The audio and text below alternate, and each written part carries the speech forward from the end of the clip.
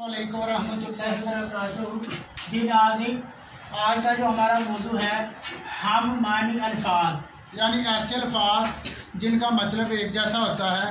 ये चंद एक अल्फाज हैं: आग, पानी, अमीन, अमानतदार, रोशनी, उजाला, हिम्मत, जुरत, मशहूर, मकबूल, कौम, मिल्लत, राज़ी, खुश, गुलशन, बाग, आफ्ताब, सूरज, अंधेरा, तारीकी, कदीम, पुराना, उदास, गमगीन, देर, राज, फलक, आसमान, खबर, इतला, फुर्सत, फरागत, बुलंद, ऊंचा, अजीम, बड़ा।